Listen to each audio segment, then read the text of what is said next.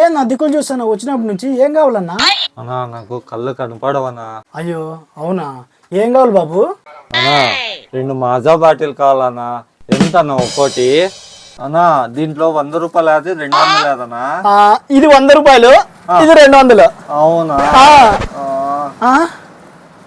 అన్నా 2 మజాలు ఇచ్చి చిల్లర వాపసేనా? సరేలే బాబు, ఇద్దా బాబు. 2 మాజాలు ఒక్కోటి 30 రూపాయలు, 2 60 రూపాయలు, 200 ఇచ్చావు కదా, ఇద్దాం బాబు. ఇంకా 140 రూపాయలు. సరేనా? సరే బాబు, వేస్తానా? సరే సరే బాబు.